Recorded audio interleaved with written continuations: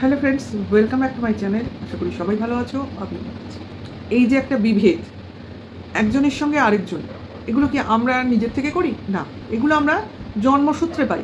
অর্থাৎ জন্মসূত্রে মানে ছোট থেকে যেখানে বড় হই, সেখানে যেগুলো শুনি বা দেখি বা শিখি, সেখান থেকে আমরা এই বিভেদ সৃষ্টিটা শিখে ফেলি। তোমাদের মনে নিশ্চয়ই সন্দেহ হচ্ছে কিসের বিভেদ, কোন বিভেদ, দেশভাগ ইত্যাদি ইত্যাদি কথা মনে আসছে। না, আমি একদম আলাদা একটা টপিক নিয়ে কথা বলছি। আচ্ছা, তোমরা যারা জানো বা যারা দেখো রিয়াঙ্কাকে, তারা অবশ্যই জানবে। রিয়াঙ্কা ব্লগ, অর্থাৎ ম্যান্ডির যে বোন বা বন্ধু যাই বলো না কেন, হ্যাঁ, তার যে চ্যানেল আছে, তার কি বলবো, নারায়ণের নামে যার স্বামী, তো সেই রকম রিয়াঙ্কা রিসেন্টলি মা হয়েছে। তো নতুন মা, এখন অনেকেই মানে এই সিজনটাই হচ্ছে মানে নতুন মা হওয়ার একটা হিড়িক উঠেছে মনে হচ্ছে না? কিছুদিন আগে পিয়া মা হলো, এখন রিয়াঙ্কা মা হলো, এবং একটা ছেলে হওয়ার হিড়িক উঠেছে, তাই না? ম্যাক্সিমামই দেখছি, দুজনের তো অলরেডি দেখে নিলাম, তোমার ছেলে হলো। এখনও বাকি আছে চন্দন সেতু, ওদের আবার কি হয়, ওরও রিসেন্টলি স্বাদের অনুষ্ঠান গেল, ওদেরও ছেলে মেয়ে হবে, কিছু একটা মানে সন্তান হবে। তো এই যে একটা আনন্দের একটা জোয়ার চলছে, তাতে কিন্তু সবারই মনই আনন্দিত। কি ছেলে হোক কি মেয়ে হোক, এটা নিয়ে আমাদের মানে মনে কোনো কৌতূহলের শেষ নেই। এখন যাই হবে, সুস্থ হোক, স্বাভাবিক হোক এবং সবল হোক, মানে যেন ভালোভাবে হয়, এই হলো কথা, যে মা এবং সন্তান উভয়ই যেন সুস্থ থাকে, তবেই তো একটা সুন্দর সম্পর্ক আমরা দেখতে পাবো। তো সেইটাই আমাদের কাম্য থাকে। তারপরে তো প্রশ্ন ওঠে, তোমার কি হলো, ছেলে না মেয়ে? তো সেই জায়গা থেকে আমরা বরাবরই ছোট থেকে দেখে আসছি যে ছেলে এবং মেয়ের মধ্যে একটা বিভেদ আমাদের সেই প্রাচীন কাল থেকে চলে আসছে। হ্যাঁ, যেমন মনে করো আমার ফ্যামিলিতে, আমার বাপের বাড়ির ফ্যামিলিতে, আমার বাবার আমি একটি মেয়ে, কিন্তু আমার বাবারা 4 ভাই এবং 2 বোন। ঠিক আমার শ্বশুরবাড়ির মতো, আমার বড়রা যেমন 4 ভাই 2 বোন, অ্যাজ ইট ইজ আমার বাপের বাড়িটাও ছিল। কিন্তু তারা প্রত্যেকেই পৃথক ছিল বাপের বাড়িতে।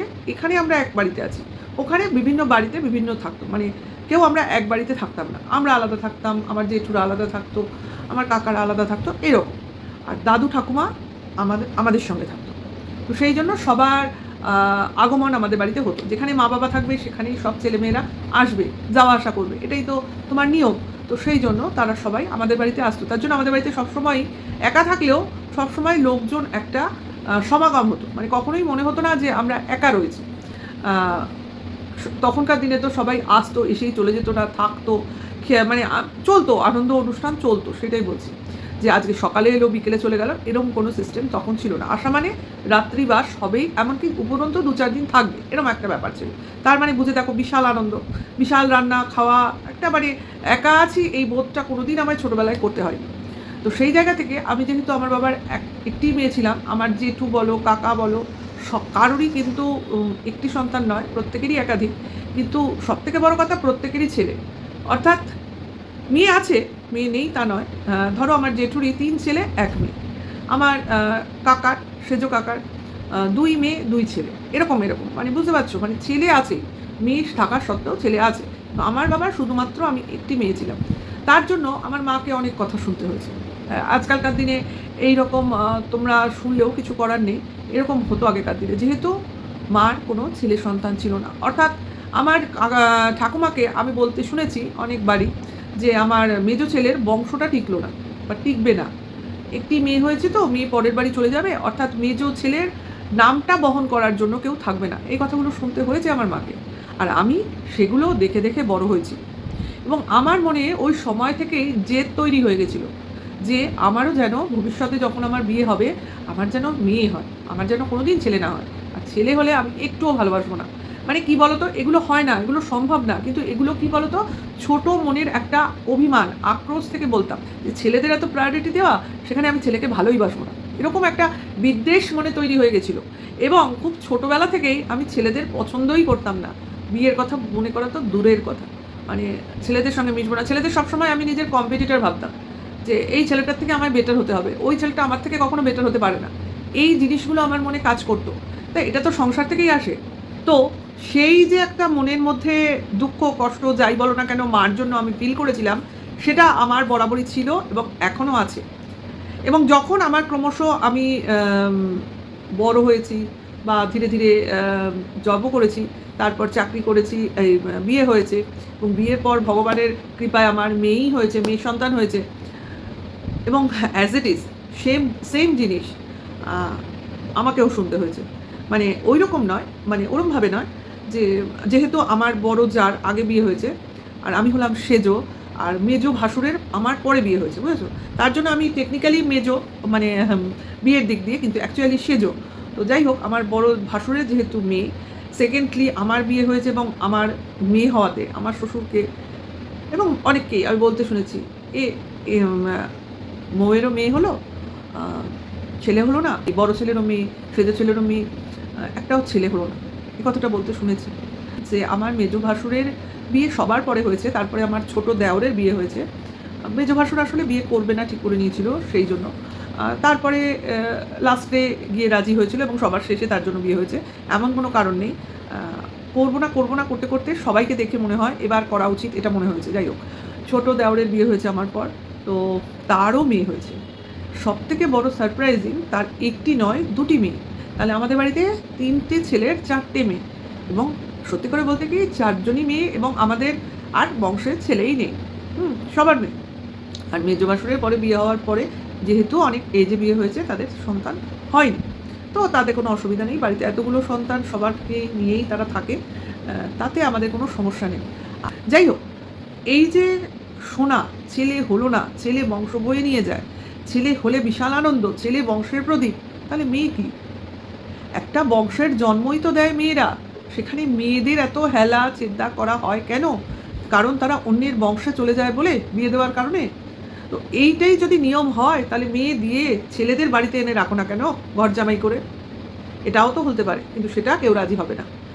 এক্স্যাক্টলি আমিও রাজি হইনি। আমিও কোনোদিন এক মেয়ে হওয়া সত্ত্বেও নিজের হাজব্যান্ডকে নিয়ে বাপের বাড়িতে গিয়ে থাকবো, এ কথাটা স্বপ্নেও ভাবিনি।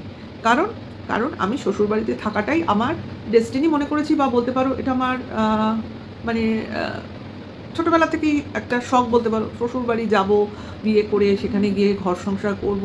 বাপের বাড়িতে তো সারা জীবনই, মানে বিয়ের আগে ছিলামই, সেখানে থাকার কি আছে? মানে এইটা কী বলো তো, মনের মধ্যে একটা ছিল, তার থেকে থাকা হয়েছে। এমন নয় যে অনিচ্ছা সহকারে থেকে গেছে, কিছু না। এটা এমনি একটা চলেছে, মানে এত কিছু ভাবনা চিন্তা তো করিনি যে প্রেম করে বিয়ে করছি, বা তার কোনো একটা চিন্তা ভাবনা ছিল, একটা কোনো প্ল্যানিং, কিছুই না। বিয়ে করব, হট করে বিয়ে করেছি, মানে কাগজ দেখে, খবরের কাগজ, আনন্দবাজার পত্রিকা, রবিবাসরীয়, সবাই জানো তো, সেই দেখে বিয়ে। ছেলেপক্ষ অ্যাডভার্টাইজমেন্ট দিয়েছে, আমরা সেগুলো দেখেছি, যোগাযোগ দেখে তোমার বিয়ে 1 বছরের মধ্যে, যেরকম হয় সেরমভাবে, না পরিচিত না কিছু, ওই যেমন দেখা দেখি ওইটুকুই। এখনকার মতো ঘোরা বেড়ানো ফোনাফুনি কিছুই ছিল না, কথা শুরুই বিয়ের পর, এরম ব্যাপার। মানে অবাক লাগে না? অন্তত 2000 সালে এটা অবাক লাগে, কেন 2000 সালে এই ধরনের বিয়ে অনেকেই ভাবতে পারে না। বিশেষ করে আমারই 1 বছর পর, 1.5 বছর পর আমার ছোটো যার বিয়ে হয়েছে, তারাই তো রীতিমতো সম্বন্ধ করে হলেও কথাবার্তা বলেছে, ফোন আলাপ করেছে, এমনকি একসাথে মার্কেটিং করেছে, এগুলো করেছে, কিন্তু আমার হয়। কারণ আমার হাজব্যান্ড এগুলো পছন্দ করে না। সে অত্যন্ত কনজারভেটিভ, সে ভাবে বিয়ের আগে ঘোরাবেড়া বা কথা বলার কী আছে, তারপরেই কথা বলতে হয়। মানে এই কতগুলো জিনিসের মধ্যে আমি ছিলাম, এবং আমি আস্তে আস্তে সেগুলোকে মানিয়ে নিয়েছি। অথচ আমার বিয়ের আগের লাইফটাই কিছু আলাদা ছিল। অর্থাৎ আমি খুবই স্বাধীনচেতা ছিলাম, আমি নিজের মতো সার্ভিস করেছি, নিজের মতো ঘুরে বেরিয়েছি, সব কিছুই একা একা করতাম। এমন নয় যে সবসময় আমার পেছনে লোক থাকতে হবে, মানে গার্জিয়ান, মানে উইদাউট গার্জিয়ান কোথাও যাবো না, এরকম ব্যাপারগুলো ছিল না। তো এখন ব্যাপারগুলোই হয়ে গেছে অন্য, এবং সেটাকেও আমি মানিয়ে নিয়েছি। তা মেয়েরাই এগুলো পারে সেটা কথা না, কথাটা হচ্ছে যে এই যে ছেলে এবং মেয়ে, এর মধ্যে যে বিভেদ, সেই জিনিসটাকে আমি কোনোদিনই মেনে নিতে পারিনি। এরপরে আমার আরেকটা খুব বাজে অভিজ্ঞতা হয়েছিল। আমার মেয়ের যখন একটু বড় হলো অর্থাৎ তখন 9-এ পড়ে, তার আগে আমি ওকে প্রাইভেট টিউশন দিইনি। ক্লাস 9-এ গিয়ে আমার মনে হয়েছে এবার মাধ্যমিকের জন্য প্রিপারেশন দরকার, তার জন্য ওকে কিছু স্পেশাল টিচার দিতে হবে। দেন ওই সায়েন্স গ্রুপটার জন্য আর ইংলিশের জন্য আমি টিচার দিয়েছিলাম। তো সেই আমার খুব বাজে অভিজ্ঞতা হয়েছিল কোচিংয়ে গিয়ে, তোমার ম্যাথ কোচিংয়ে গিয়ে, যেহেতু আমি দিয়ে আসা নিয়ে আসা করতাম। সেখানে দেখো, কোচিংয়ে তো ছেলে মেয়ে আলাদা হয় না, একসাথেই সবাই বসে পড়ায়, পড়ে, ইত্যাদি ইত্যাদি। কিন্তু এই যে মনে করো কোচিংয়ে যেটা হতো, স্টুডেন্টদের মধ্যে হতো না, হতো মায়েদের মধ্যে একটা ব্যাপার হতো। অর্থাৎ যারা ছেলের মা, তারা না কি জানি মেয়েদের, যারা মা মানে আমরা, আমাদের থেকে দূরত্ব মেনটেন করতো। অর্থাৎ সেরকম কথা বলতো না, সেরকম মানে কোনো নোটস নিয়ে আলোচনা করতো না, একটু ডিস্টেন্স মেনটেন করতো। অর্থাৎ আমরা কয়েকজন মেয়ের মারা একসাথে পড়া, পরের তোমার হোমওয়ার্ক ইত্যাদি ইত্যাদি, বা স্যার কবে পরীক্ষা নেবেন, এইগুলো নিয়ে আলোচনা বা নোটিশ ইত্যাদি আলোচনা হয়তো মায়েদের মধ্যে সেগুলো হতো, কিন্তু তারা যারা ছেলে মা তারা কিন্তু একটু আলাদাই গ্রুপ করতো। এই গ্রুপিজম আমি কিন্তু অনেক দিন থেকে দেখছি। তো এই ছেলে এবং মা তাদের যেন পায়াটা একটু আলাদাই ভারী হতো। আমরা ছেলের মা, আমরা অনেক উঁচুতে, মানে তাদের আমি অনেক পরে বুঝেছি যে কেন এই ডিফারেন্সেসটা করছে কেন। আমি কারণ বুঝছি না যে আমার মেয়ে পড়াশোনায় খারাপ না, সেটা তো না, তাহলে কেন এই ডিফারেন্সেস।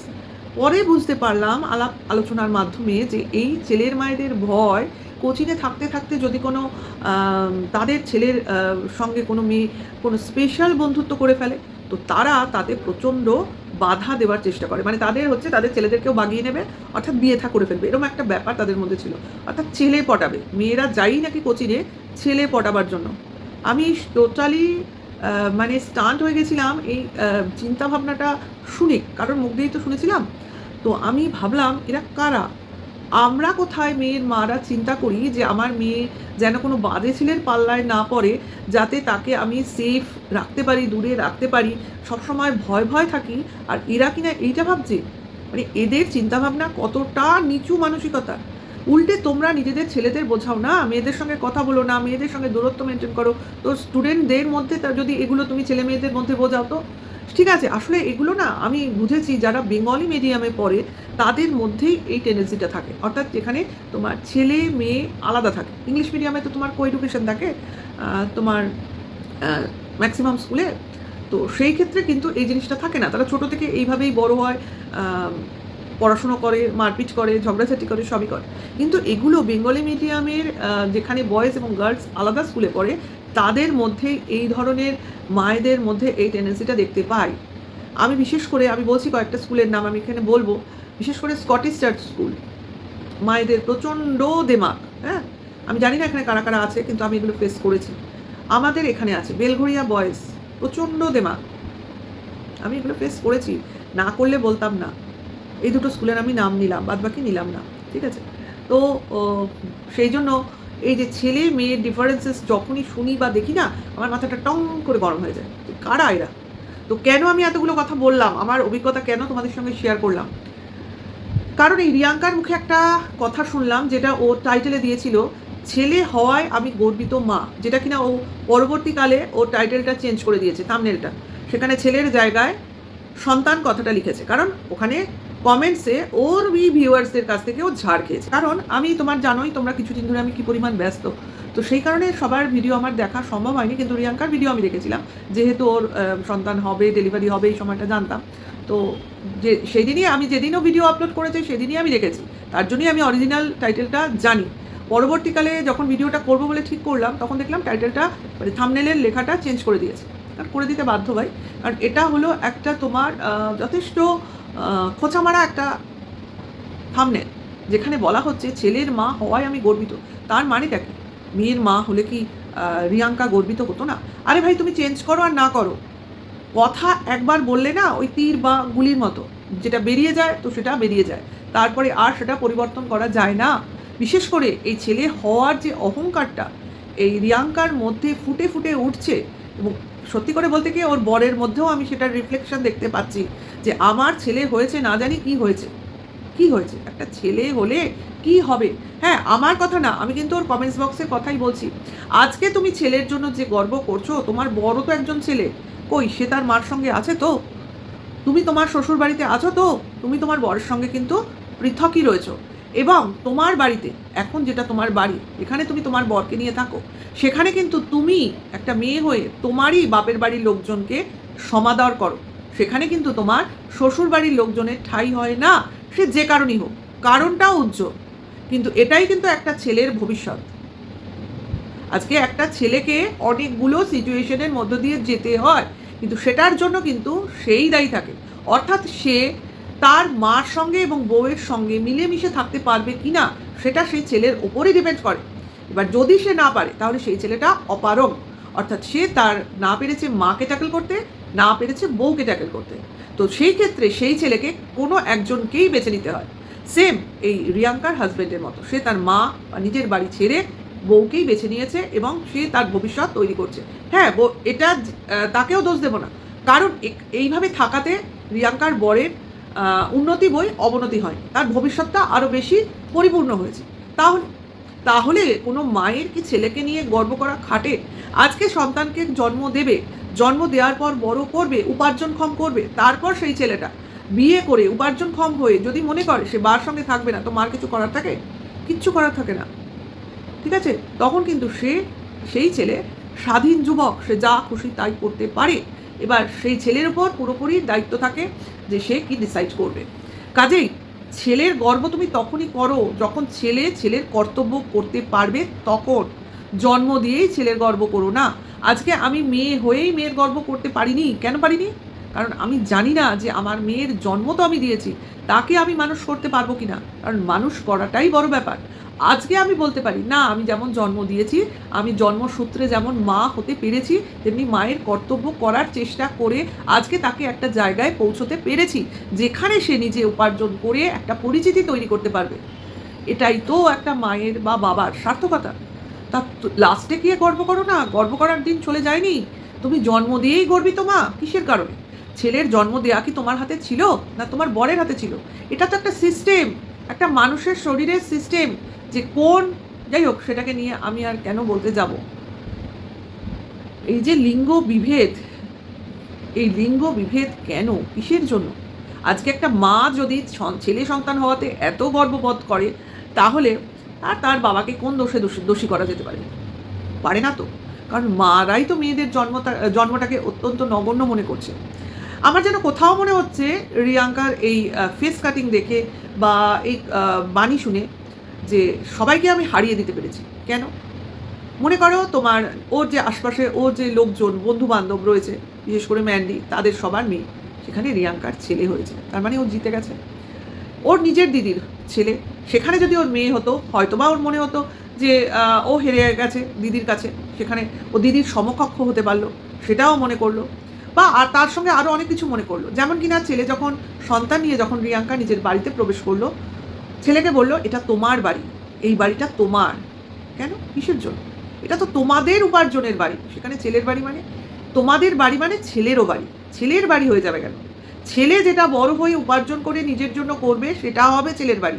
এটা হলো ছেলের বাবা মার বাড়ি, যেখানে ছেলে অবশ্যই থাকার যোগ্য, কারণ সে সেই ক্ষমতা বা যোগ্যতাটা জন্মসূত্রে পেয়েছে। এই যে কিছু ভুলভাল কথাবার্তা কিছু লোকের মুখে শুনলে সত্যিকারের আমার কি বলবো, ওই যে একটি কথা, তার জন্য এত কথার বিশ্লেষণ করতে হচ্ছে। কারণ মেয়েরা এখনও সমাজে এতটাই নগণ্য বা ফেলনা, যেখানে একটা মেয়েকে তার জন্মের জন্য আফসোস করতে হয় তার নিজের মেয়ে হওয়ার পর।